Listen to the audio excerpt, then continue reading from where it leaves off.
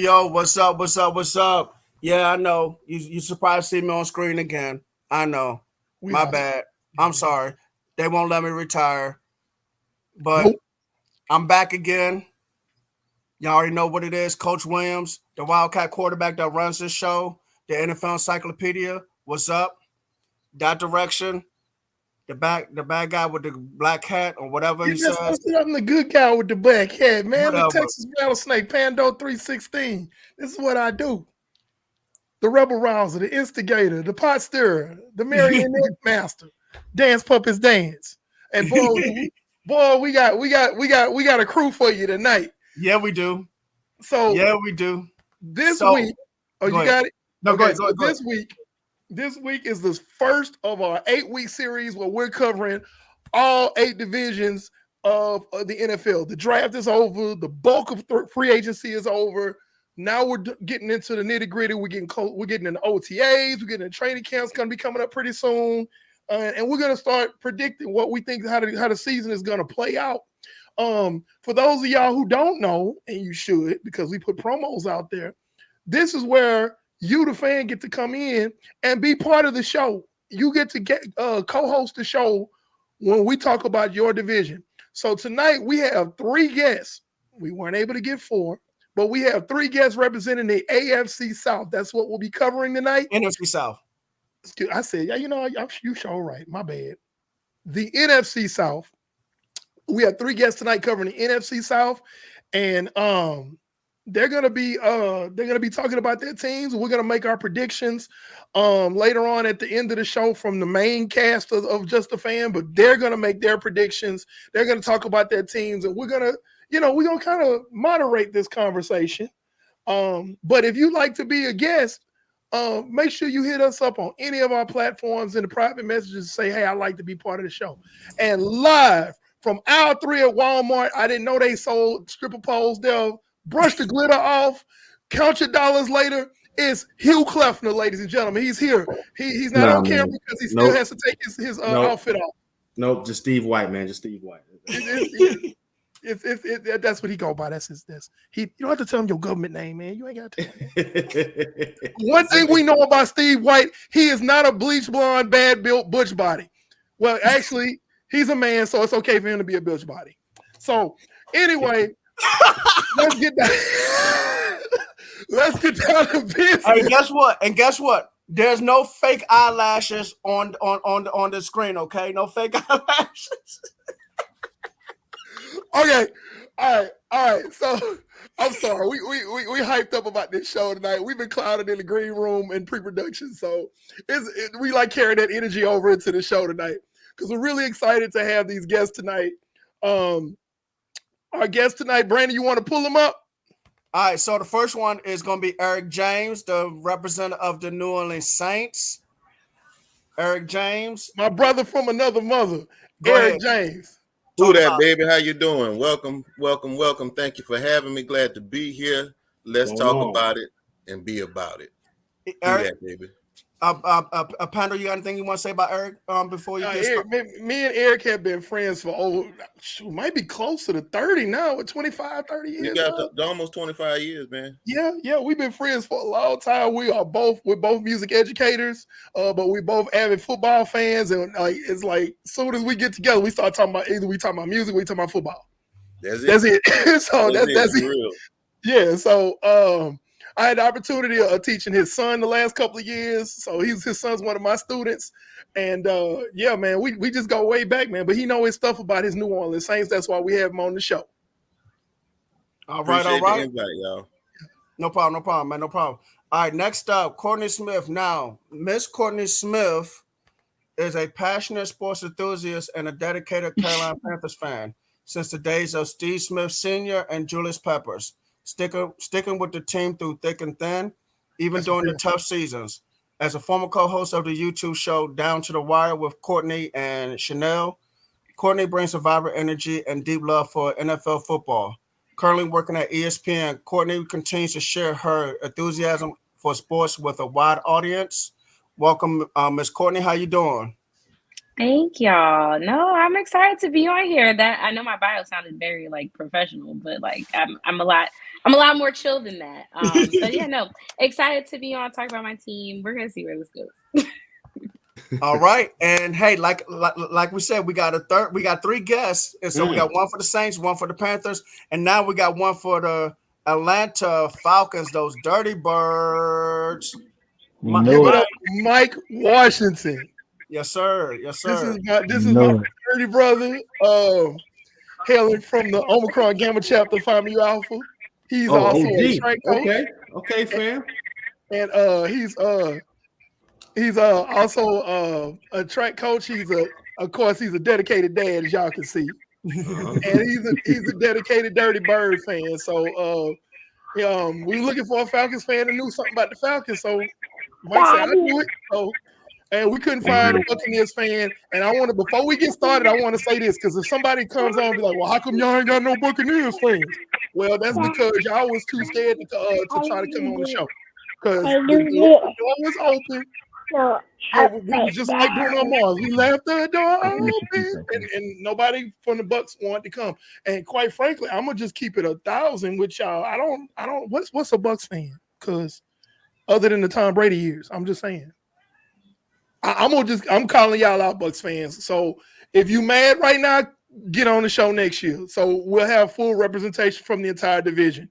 But I'm gonna talk about y'all because we have 3 of the 4 teams in the division here, and there's no Buccaneers. So before anybody says anything, oh, y'all left out the Bucks. No, the Bucks left themselves out.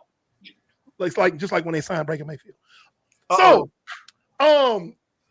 Tris TV has just entered the chat. So we have all 4 hosts of Just a Fan podcast tonight with our 3 guests.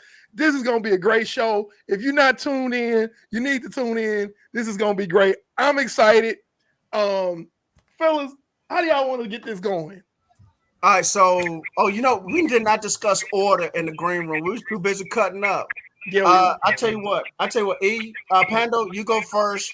We'll let a couple of our guests go first. Like I guess Eric and then Courtney. Tristan can go, Steve and me. And so are we doing our predictions right now? Because I thought we were gonna do ours at the end of the show. We're gonna let the guests go first. Okay, fine. We're gonna let guests go first. That's fine. I think because they're the guests. The guests get to eat first. Okay, that's fine. Yeah. All right. So let me see. The Tampa Bay Buccaneers won the division last year. I don't know how, but they not here. Who came in second last year in the division? It was. I'm pretty sure. You know what? Because I tell you what, let's start at the bottom. Let's start at the bottom. Courtney. Oh, the team that was last in the division. We'll start right there. That's what we'll do. Courtney, tell us about the Carolina Panthers. Tell us what you think they're going to do this year, and then ultimately finish up with how you think the division is going to pan out at the end of the season.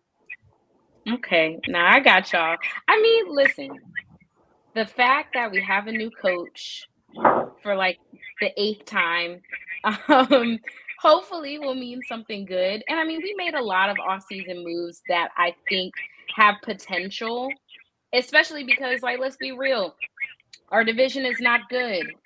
Like, it was down to the very last game last year between the Falcons and the Saints and the Buccaneers. Like, basically, everybody was kind of up for grabs. So I really think that like the fact that we were able to build up our O-line, the fact that we were able to, bring in free agents, we were able to draft a running back and a wide receiver. Like, I think that puts us in a really good and a better position than we were last year, which I guess doesn't mean much when we only won 2 games. But we also have a very easy schedule. Like, outside of playing the Chiefs, the Cowboys, and the Eagles, I mean, and we'll see how the Cowboys are. But outside of playing the Chiefs, the Eagles, we don't play anyone very hard. Honestly, the Chiefs and the Eagles are our hardest games. Like, I think we stand a chance against the Chargers. I think we stand against I honestly think we should split with everyone in our division if we can play up to our level. I genuinely think we should be able to finish with at least 6 wins looking at this schedule. Like, we're really not playing hard teams. Like, I might be being generous saying that we'll win 6 games, but I really do we got to win more than 4. I think we'll win more than 4. I feel like it's between 4 and 6. Okay, so Courtney, I have a question for you, dealing with your roster, and then we can go from there. I'm gonna give you 3 names that were that you probably know very well, and I want to know your opinion as a Panthers fan. How do you feel the void of these players leaving? Because these were some good players. Von Bell, safety. Brian Burns, outstanding edge rusher. And then Jeremy Chin, who's like all-world defensive back. He can play just about anywhere, super versatile. So what is the team? What has the team done? Because I don't really see it, but you're the fan of this team, so you know your team better than anybody on here. What have they done to fill these gaps, these talent gaps? Because these are like really good players. To fill the gaps of these players departing. I don't think that anyone that they've brought in is to the level that any of those 3 players were. So our defense, our defense is going to struggle. But I think that with the offseason moves that they made was to at least be able to keep us in a game where we're scoring points. And to me, I think that the things that they have done, like I like Jordan Fuller at safety. I like some of the moves, but no, it's not going to fill the hole that those 3 guys left for sure. But I think that they will have better luck putting points on the board to at least keep the games closer in the end. Okay. All right. Fellas. I'm sorry. You said the only good teams you play this year will be who? I'm sorry, I couldn't. We play the Chiefs and the Eagles. Okay. I mean, we play the Cowboys too, but like that's if the Cowboys play up to their potential. I mean, I feel what you're saying. Bengals. I'm not scared of no Raiders. Well, I guess my point is, I don't know if it's being afraid. It's just it's some. We don't know what the Chargers will look like. The Bengals. They could be tough if they play to their potential as well. With a healthy Joe Burrow. Yeah, with a healthy Joe Burrow. Yeah, your schedule is actually pretty favorable. It's pretty favorable. I will give you that. But coming from last year, you have an uphill battle as far as really every team in your schedule if you base it off a record from last year. Just my opinion, just my input. No, I definitely listen. Like, I definitely see what you're saying, and like I said, like I might be being gracious to them, but I genuinely think that like what they started being able to put together at the end of last season, because at the end of last season they were able to stay in more games. Like we lost to the Packers by 3. Like, yes, we got blown out by the Jaguars, but like we were able to at least stay in most of these games and lose by like 3. And I think that if, we were able to do that last year when my boy Bryce had no O-line, when there was no one protecting him. And that is a place where they've invested this year. Like, I think that is just going to, that it's going to have to help him be more comfortable. But I mean, listen, like I said, like I'm not gonna count anybody out, but I don't think that the Saints made any tremendous, and we're gonna get to that, but I don't think the Saints made any tremendous moves to beat us twice. Listen, I mean, I have never been a Kirk Cousins believer. I do like I acknowledge that he is a good quarterback, but like he folds when it's important. So I think that the Falcons may be the only team I feel like to sweep us this year. I think we should absolutely split with the Buccaneers and we should absolutely split with the Saints. So to me, that keeps us. I don't know. I can see at least 4 wins. Like if we don't have more than 4 wins, then clearly I don't know anything. Well, I have a question for you, and I have a statement. And my statement is really going to piggyback off of what Todd has just said here. Carolina defense is all about scheme. The one thing I'm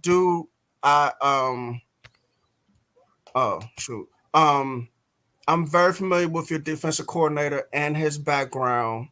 I can't pronounce his name right now, but first and last name both start with E's.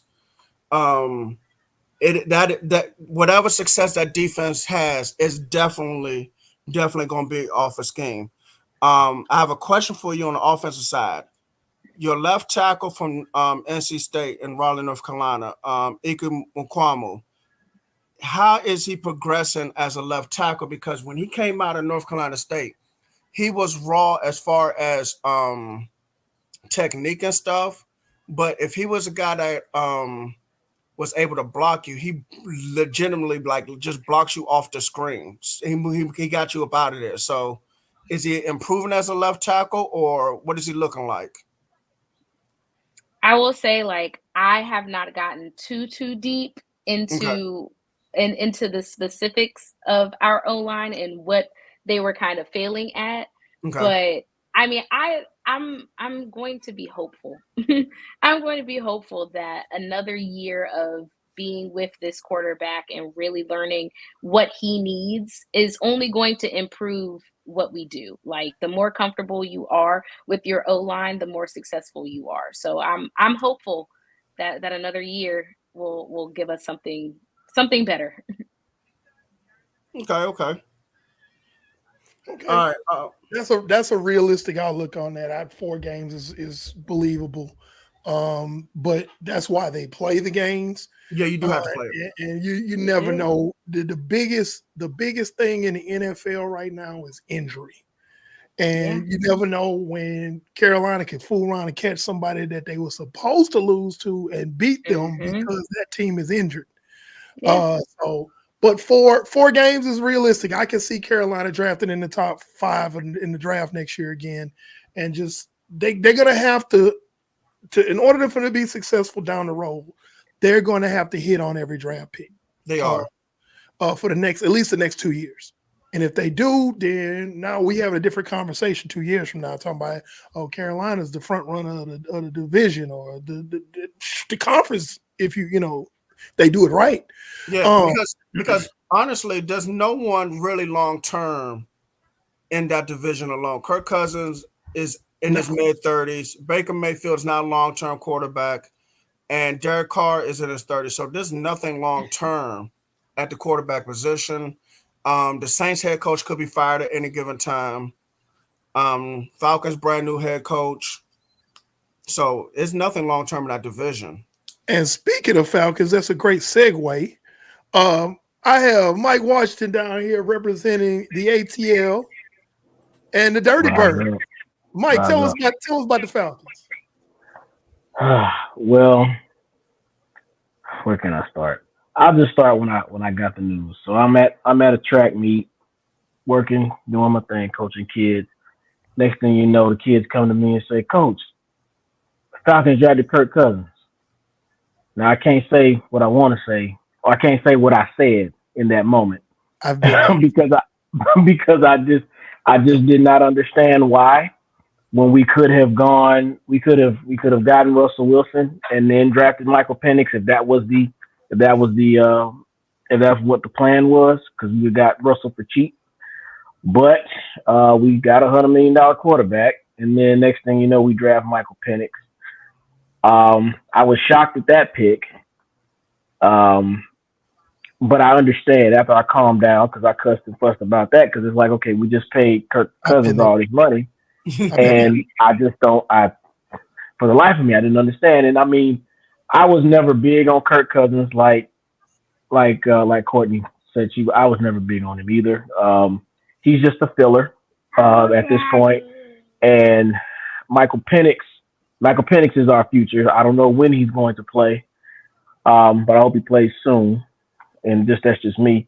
But as far as everything else, we addressed the defense. We're going to have a lot of people battling for that inside linebacker spot, which is one of our strengths. I mean, not our strengths, our areas of need, because we couldn't stop the run worth anything.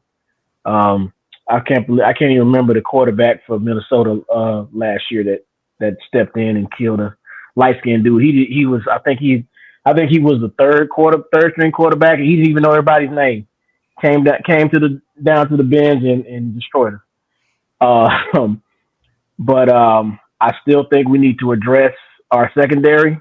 You know, AJ Terrell is solid. You know, watched him play in high school. AJ Terrell is solid, but we need somebody else on that other side. Maybe we'll address that in free agency. I hope we're not trying to develop at that position, because if we do that, we're not going to win. Jesse Bates was a godsend. That's all I can say. Happy to have him.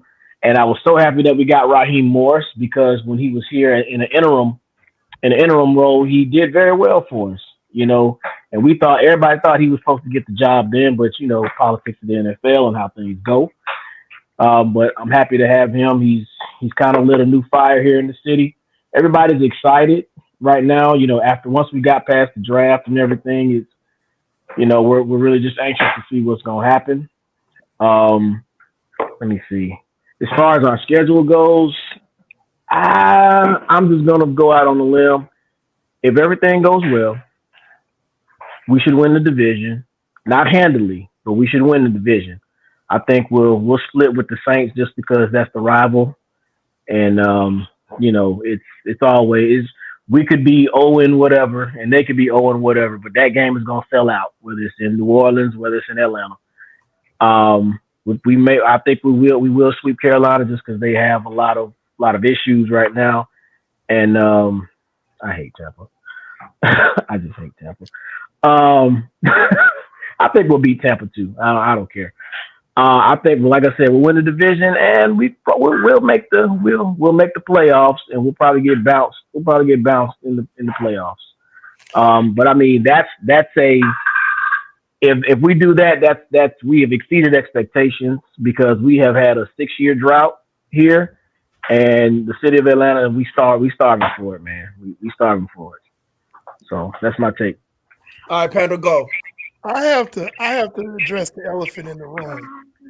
The most glaring need, and I think everybody on this panel agrees, the most glaring need for Atlanta going into the draft at pick number 8 was an edge rusher. And they drafted Michael Penix. They drafted a guy who, based on what they're saying, is not going to even play for a couple of years.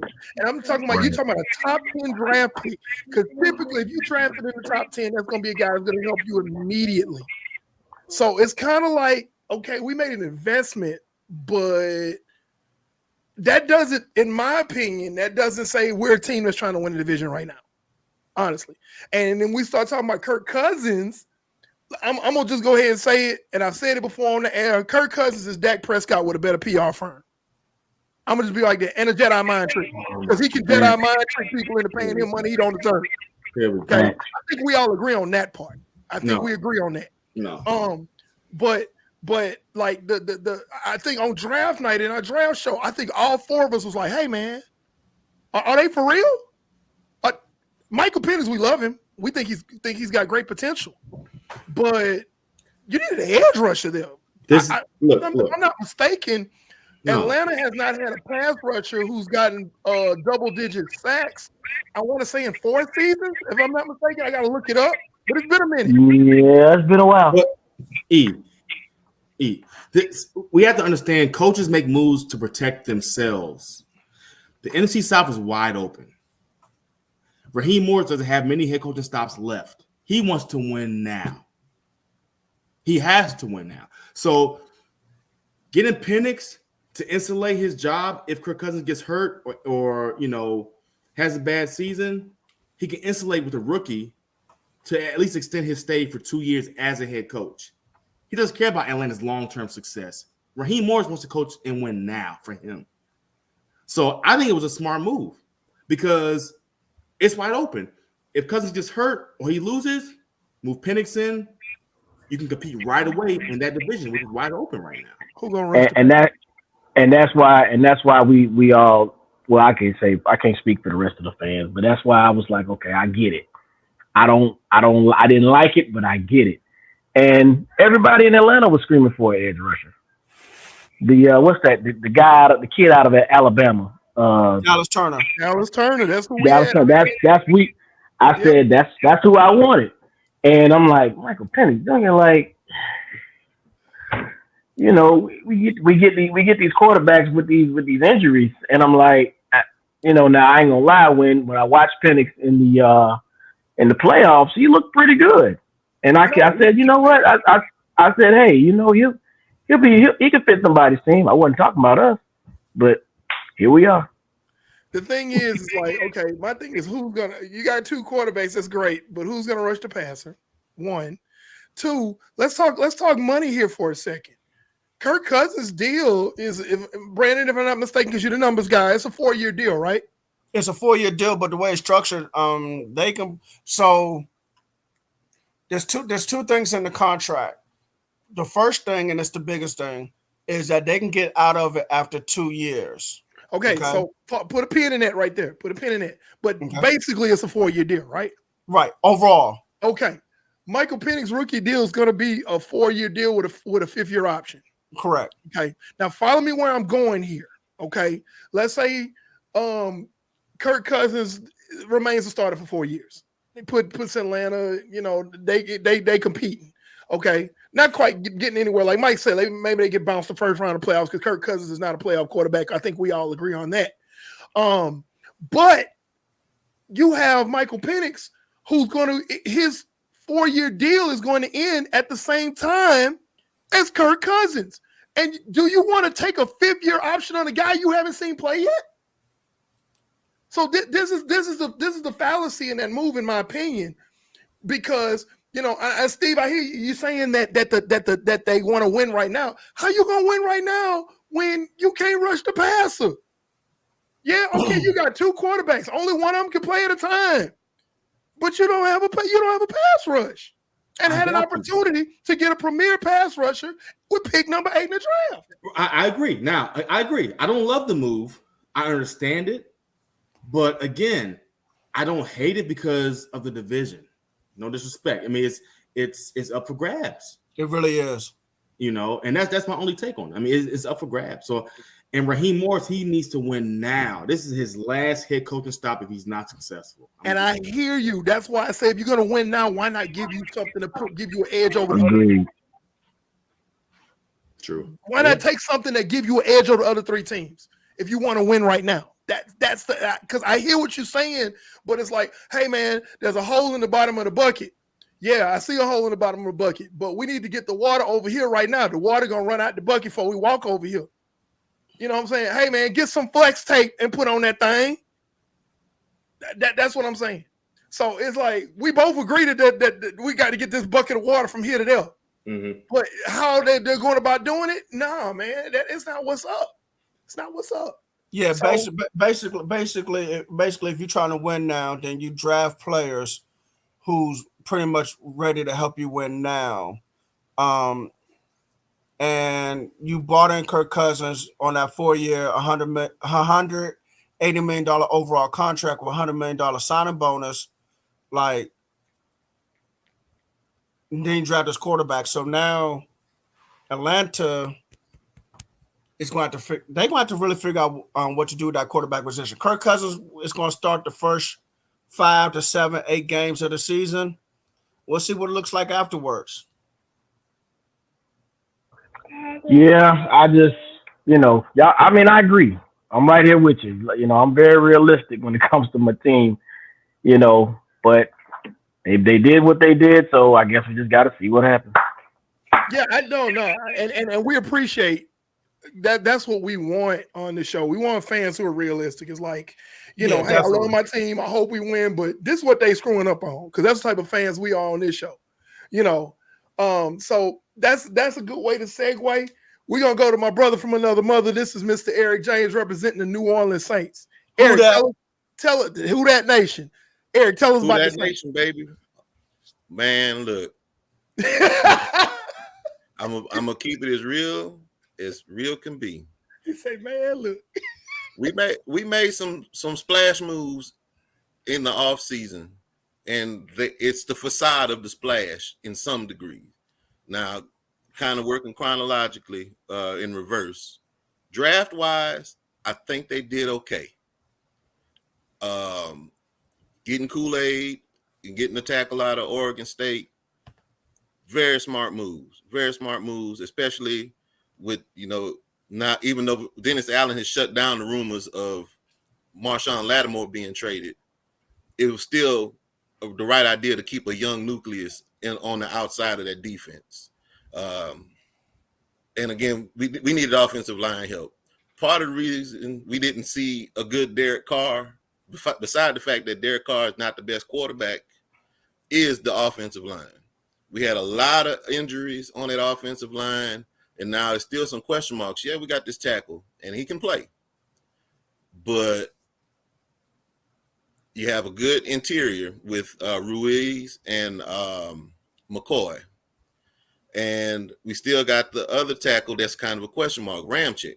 He's got some health issues, what have you. That's a big question mark, whether or not he's going to be 100%. They made some signings and some draft picks to try to patch that in. They signed some the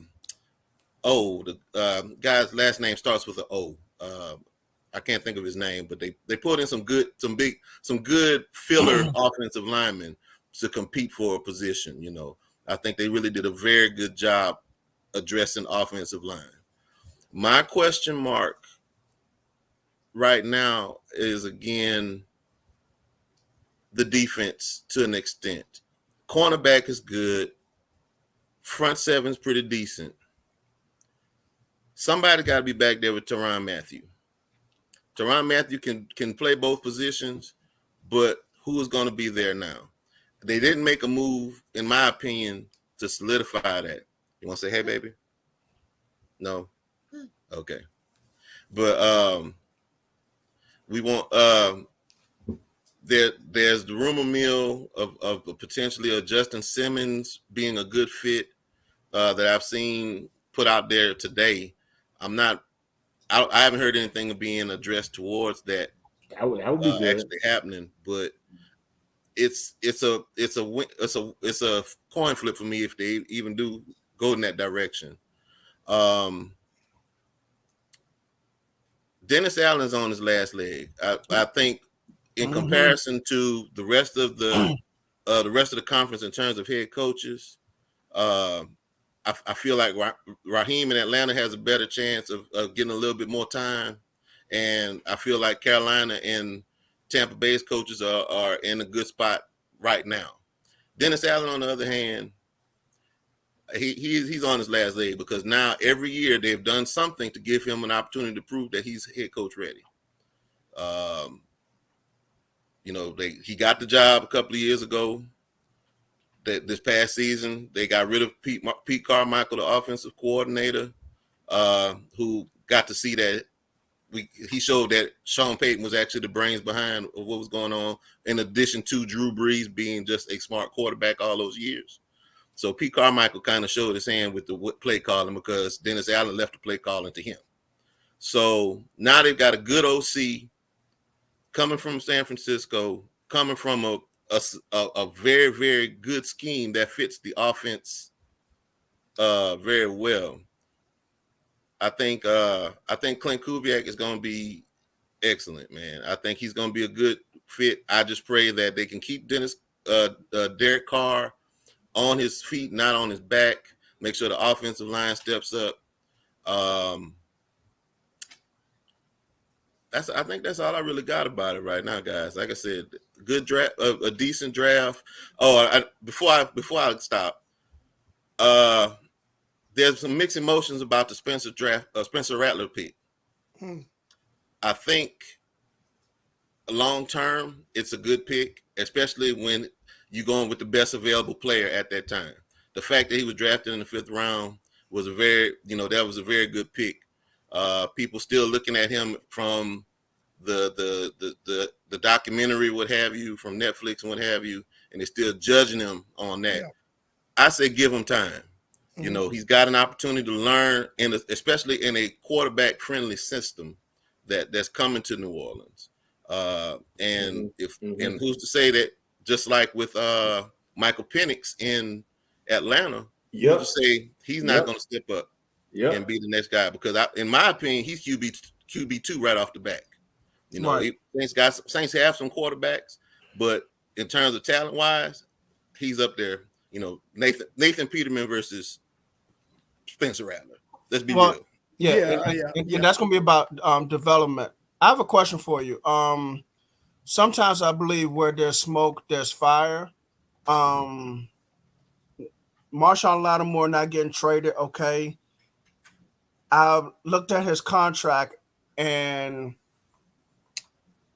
depending on what happens during the season, if he's not traded by the time the trade deadline passes, I can possibly see him getting traded maybe next offseason because they have an out in his contract.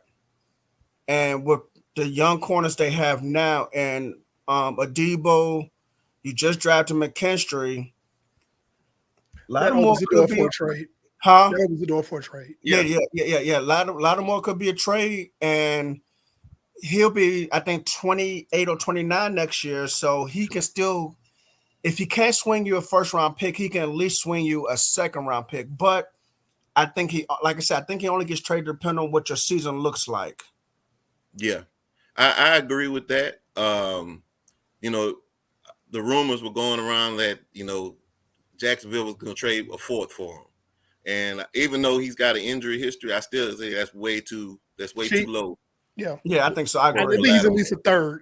You can get I would say 1, 2, first round, second round, third round, or multiple second and third rounds, maybe. I think that would be a legit offer for him. And it's realistic. I can see them, if not by the trade deadline, definitely in the next offseason. So let me address. I'm sorry, I mean, no, you good. You good. Let me address your safety issue, and it is going to depend on how Dennis Allen schemes this. But you picked up a very under the radar player this offseason named Lonnie Johnson. Lonnie Johnson, and for those of y'all who know, I usually scout defensive backs on this show, and it have been for probably the last 3 years. I was very high on him because y'all know, Brandon knows this, I talk about it all the time. I love versatile defensive backs. Yes, exactly. Lonnie Johnson has experience at corner and safety. And he's probably a better safety than he is a corner. He's a great deep ball safety. Center fielder, and he has enough range, and he has smooth enough hips to basically, carry a tight end or a slot receiver up the seam in a zone. The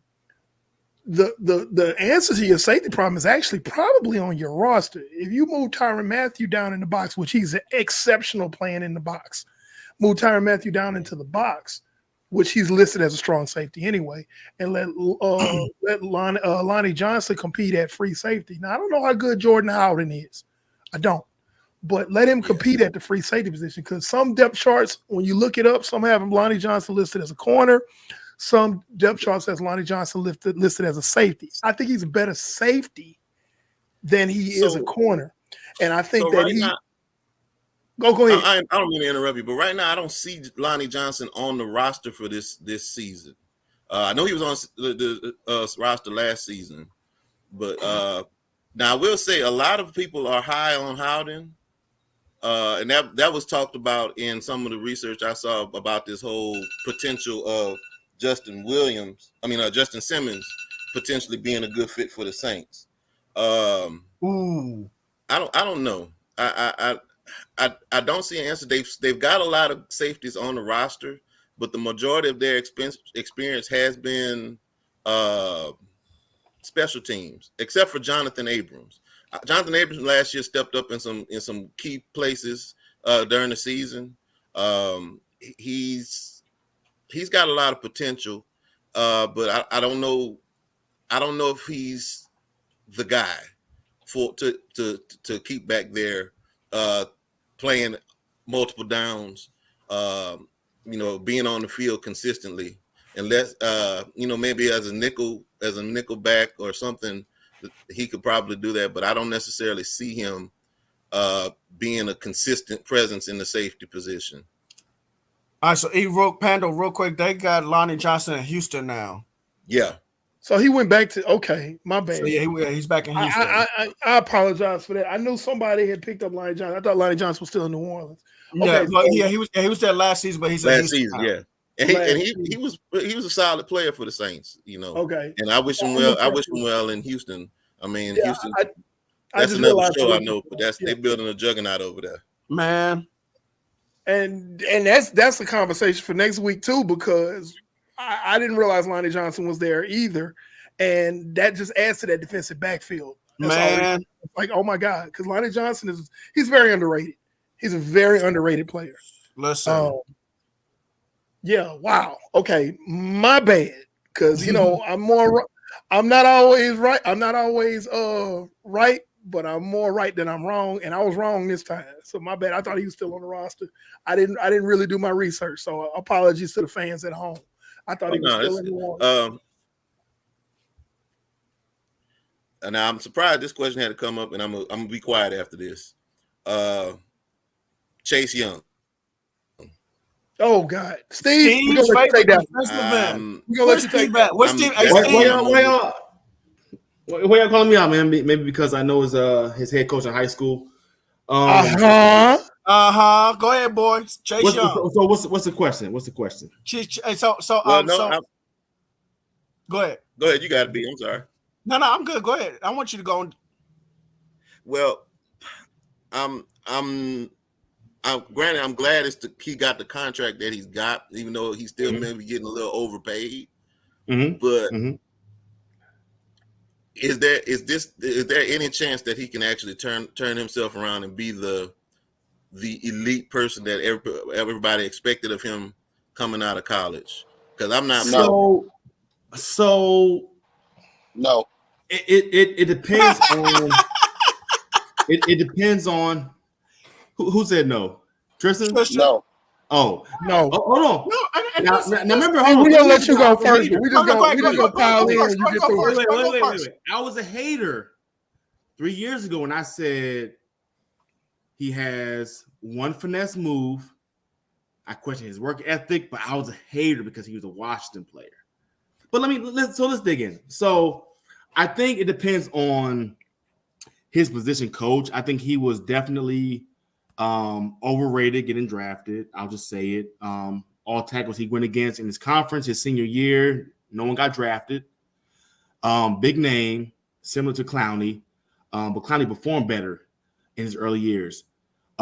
Chase Young can play, but I have a theory when it comes to highly drafted players to the hometown teams. In my opinion, it doesn't work. So I don't know, man. He needs one hell of a position coach to succeed.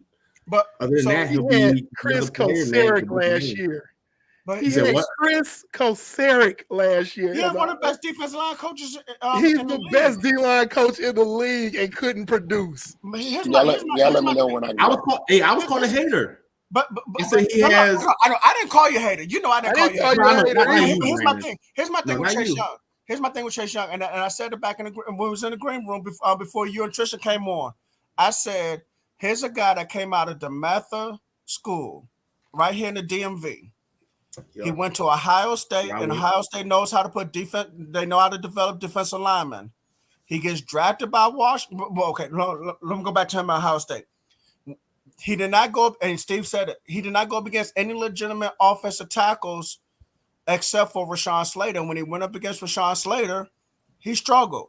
And then when he gets drafted by Washington and Rashawn Slater a year later gets drafted by the Chargers, Chase Young goes up against Rashawn Slater again. Rashawn Slater shut him down. They moved him over to where Brian Bulaga was at right tackle. He gets shut down again. Yeah. Bulaga gets hurt before halftime. They got the swing tackle over at right tackle. And now Chase Young is looking like, oh my goodness. Yeah, he was worthy of number 2 overall pick. Then he gets traded to San Francisco. Let me take it from there. Tag. Go tag. All right, go it.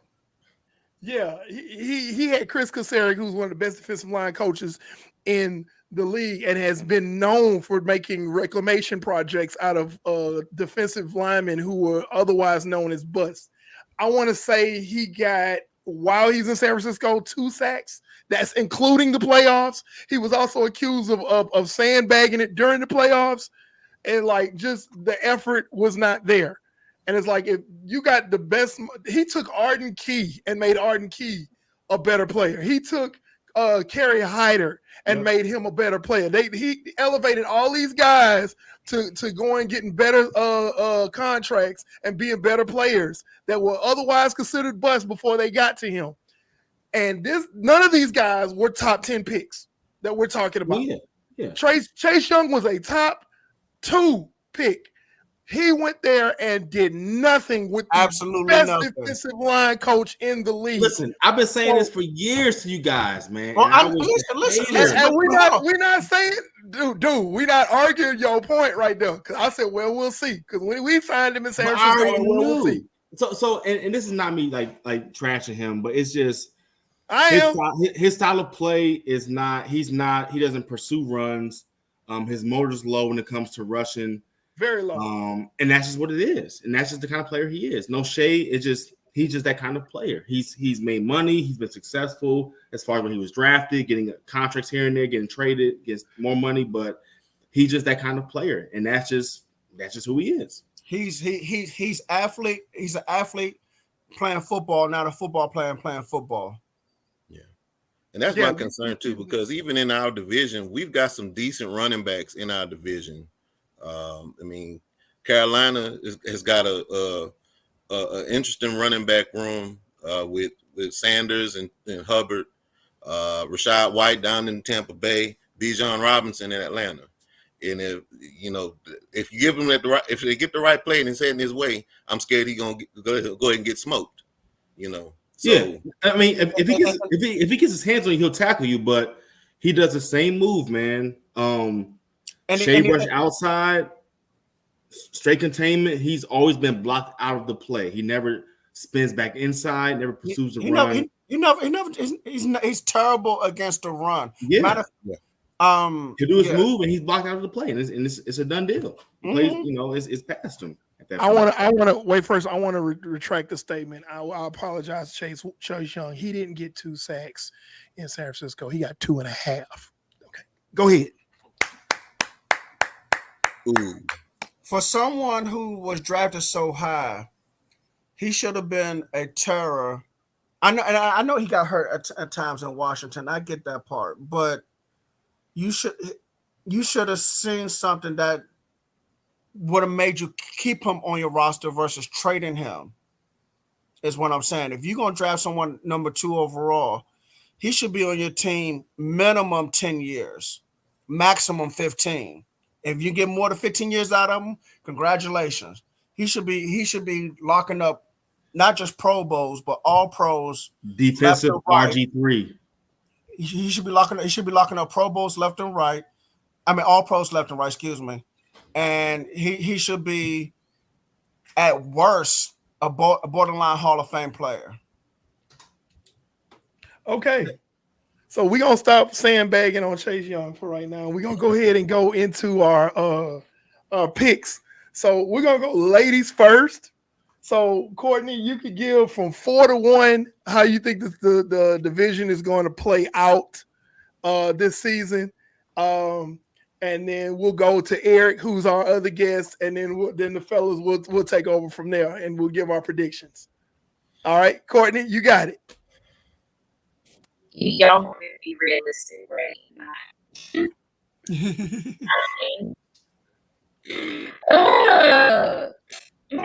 Nah, about that. The Buccaneers is 4. Hey, Carolina is 3. I'm not putting us 4. I'm not doing it. Yeah, so the Buccaneers are 4. Carolina is 3. New Orleans is 2. And yeah, the Falcons is 1. Wow. Okay, Eric. I'm gonna have to put the Panthers fourth. They're not and it's nothing against them. They're just not there yet, and they're a work in progress. And I can appreciate the development because eventually somebody's gonna understand we need to build around Bryce Young a little bit better. Spoken like a true educator. Yeah. I'll be honest. 3-2-1 can go any direction, but I'm gonna put out there Tampa Bay 3, Atlanta 2, and New Orleans 1, with the moniker that either that can interchange. I can be honest with it because it's anyone's league. When you look at even the free agent moves that all 4 teams have made, it's kind of like it's like a whole division of WTH. Mm-hmm. You know, so it's hard to stand 10 tones down on a prediction like that. But I'm, as a Saints fan, I'm gonna put them number 1, but there's some asterisks with that, and because Atlanta, made some odd moves, but they made some good moves. I give them that. So Tampa Bay is still intact, and they managed to win last year. And if you remember when I was on the show last year, I said Tampa Bay was too old to win, and they proved me wrong. So, well, at the same time, I'm gonna let you know that my prediction is exactly like Eric's. I have Carolina, Tampa Bay, Atlanta, New Orleans, but Atlanta, New Orleans could flip. They could flip. So that's my 4-1 for the NFC South. I don't have much faith in the Fighting Baker Mayfields, because I just he played well last year. So y'all know how I am. I'm the Stephen A. Smith of Baker Mayfield. I'm like, just wait, it's coming, and I just don't feel like he gonna be able to duplicate or improve upon what he did last year. And as goes your quarterback, goes your team. So I'm right there with Eric. My predictions are pretty much exactly the same. New Orleans wins the division, but it wouldn't be out of the realm of possibility for Atlanta to sneak the division. I'm gonna go ahead and say it like this, and there's no disrespect to anybody. Whoever wins this division is gonna lose the first round of playoffs. I'm just being real. So we all know that, though. Yeah, so we're all pretty realistic, where we know the division is not good, even if we win it. Yeah, because like if Kirk Cousins, I'm gonna be real. If Kirk Cousins wins that division, y'all know how Kirk Cousins is in the playoffs. He's a hell of a fantasy quarterback. I recommend getting him as maybe your number 2 quarterback in your fantasy league because he gonna put them numbers up.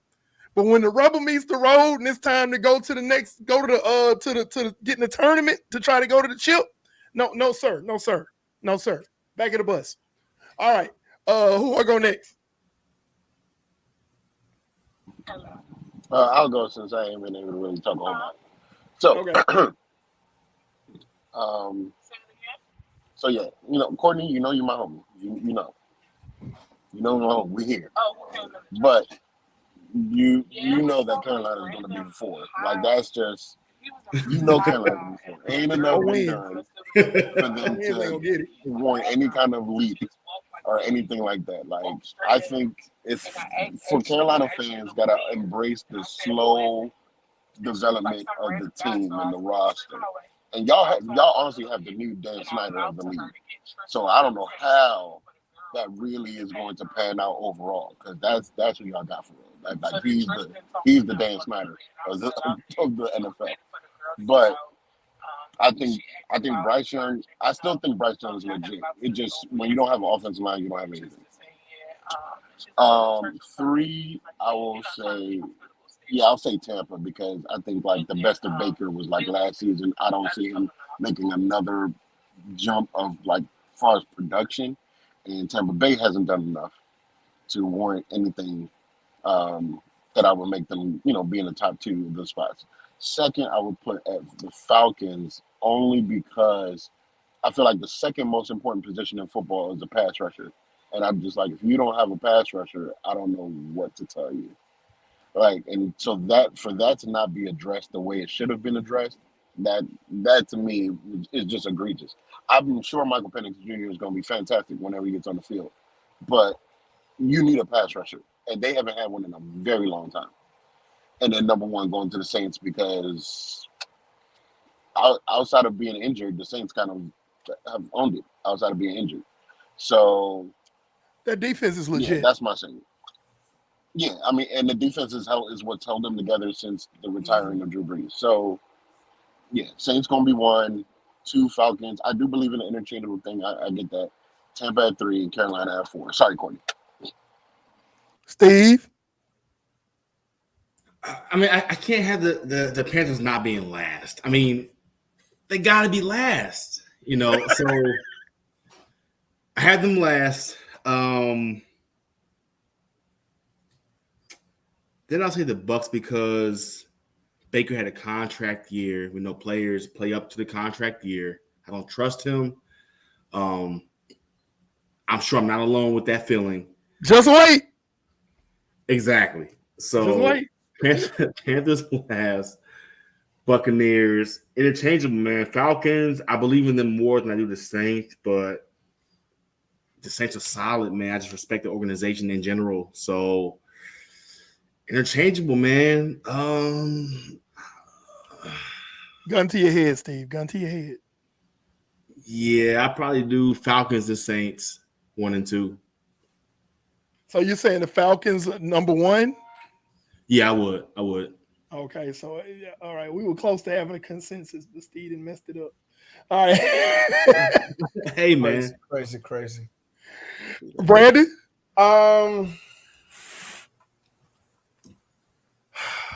Lord have mercy. Courtney, I'm sorry. Everybody's been beating you up tonight. It must feel like the old Dick LeBeau Steelers blessing a rookie quarterback. I'm not calling you a rookie or amateur or anything, but that's what it feels like. Or feels like the 2000 Ravens beating up on Corey Dillon. Corey Dillon just walked off the sideline saying, "I quit, coach. Don't put me back out there no more." And yes, that did happen. So yes, until I see more around Bryce Young, and like I said, I love and respect the Panthers defensive coordinator. I know his background. I know he comes from the Vic Fangio tree, but I need more. So I got Carolina number 4. Tampa Bay. Baker Mayfield's the quarterback. This sounds chopped and screwed, man. This sounds chopped and screwed by Baker Mayfield. It does. He is who he is at quarterback. Throwing picks, throwing. I mean, so that's what it is. And I don't think they added enough this offseason. I could be wrong because I wasn't really paying attention, but I don't think they added enough this offseason to really get better. I'm gonna put Atlanta at 2,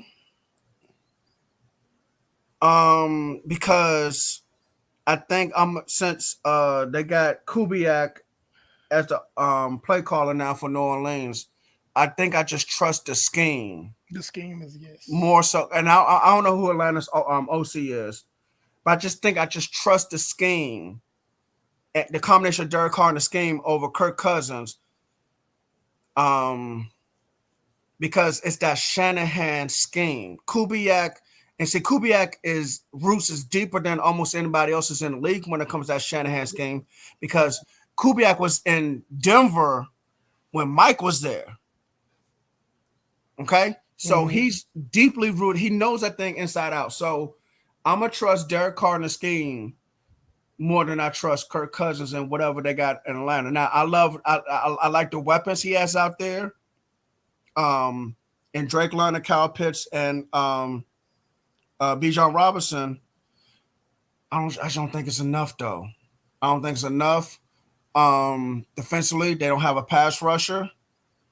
Raheem Morris's background is the same as the Carolina Panthers defense coordinator background. They come from that Fangio tree, so I respect that a lot. But at the end of the day, I just and Titus, I hear what you're saying, but just give them a few weeks, and I think once they start rolling, I think they'll be fine. Is he talking about the offensive scheme? I think he is. No, because think about it.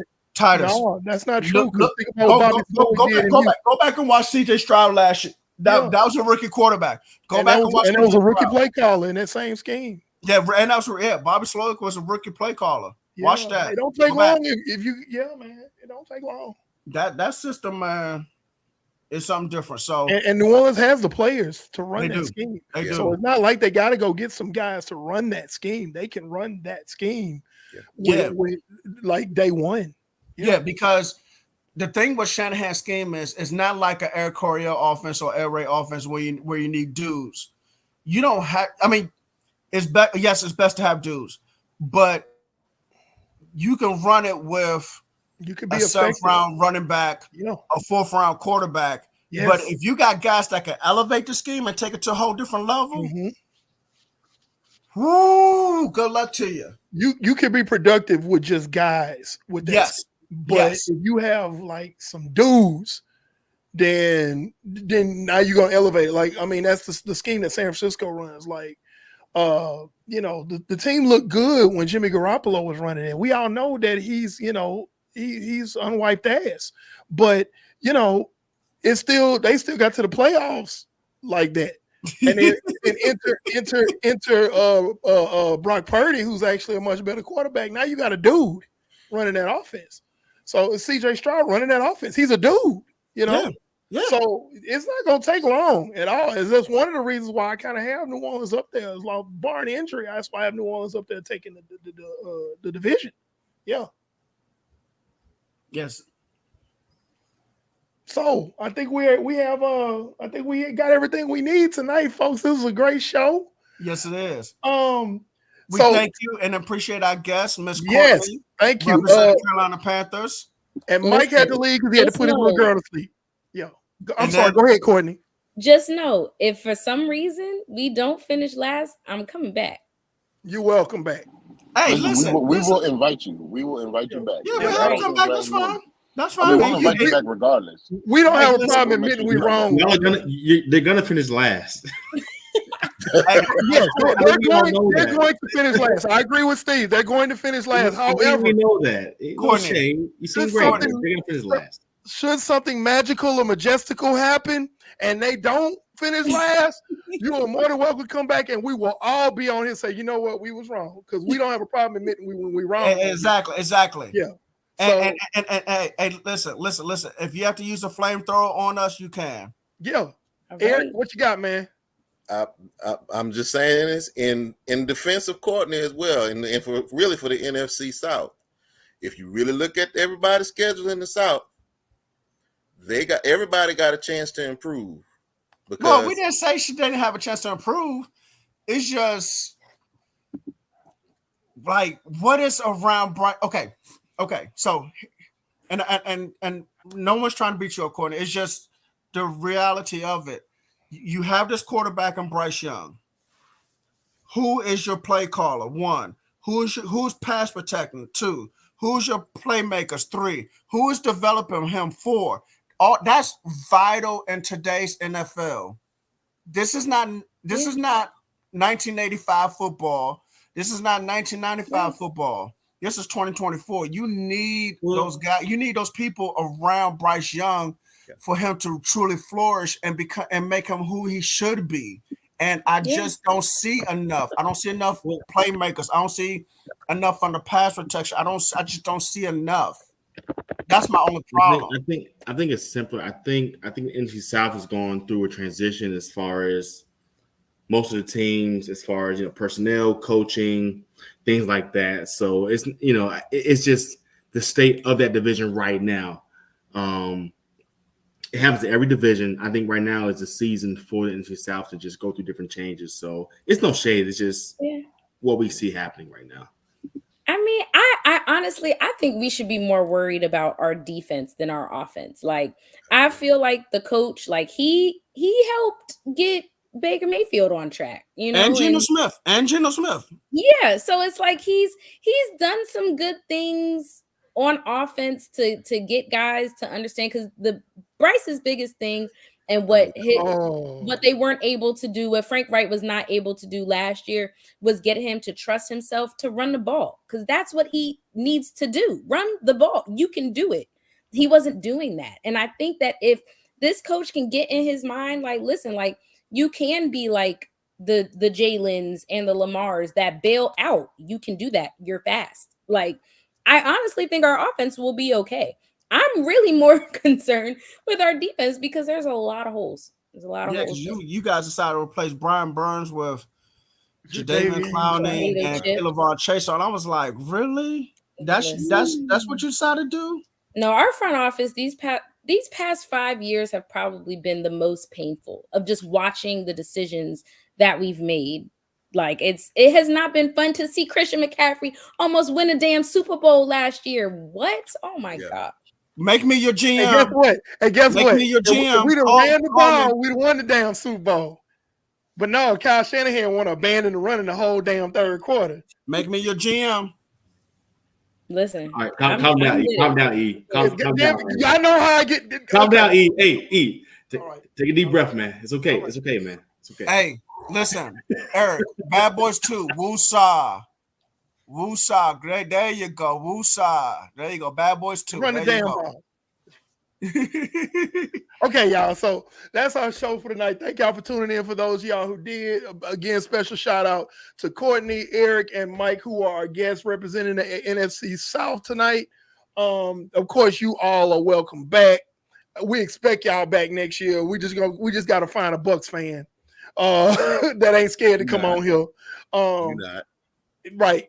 And so next week we'll be covering the AFC South with the vaunted Houston Texans and Duval County and all of that good stuff. Duval. We're still looking for guests for the Jaguars, Colts, and Titans. We're still looking for guests for those teams for the AFC South. So if you'd like to be on our show next week, hit us up. Let us know. You see how we do it. We have a lot of fun here. We talk, and nobody bags on each other's team except Courtney's team, because we know they're gonna be last. But anyway, this is what we do because we're just fans and you're just fans, and we want to talk football. So again, thank you tonight for Tris TV, Hugh Kleffner, and Coach Williams. I want to say thank you. I'm Pando 316, the good guy with the black hat, the Texas Rattlesnake. Thank y'all so much for tuning in tonight. It's been a great show. Wait, hold on. You got some stuff. You got to tell us the platforms, huh? We are live on YouTube, we got Twitter, Facebook, okay, and Twitch. You can also listen. You can follow us, on IG, TikTok, IG, TikTok, Facebook, and Twitter. I don't call it X. You're not going to give me a call it X. Sorry. And then you can also listen to us on Spotify and Apple Podcasts. Now, I did not say Google Podcasts because I think I got an email notification saying that Google Podcasts is going away. So I'm not going to mention Google Podcasts. So Apple and Spotify Podcasts. Eric, Courtney, thanks for joining us. Thank y'all. Thank you, Steve, the inventor of the show. Tristan, the quarterback that runs the show, man. Hey, I'm telling y'all don't know those promos. It's Eric and Tristan's really getting that stuff done. Pando, the good guy with the black hat, the guy who stirs stuff up like crazy. I'm Coach Williams, the Wildcat quarterback that runs this thing, the NFL Encyclopedia. Mm-hmm. That's right. Y'all know how we do. Peace out. Good night. Peace. Thank you. Don't Tristan Pitcher look like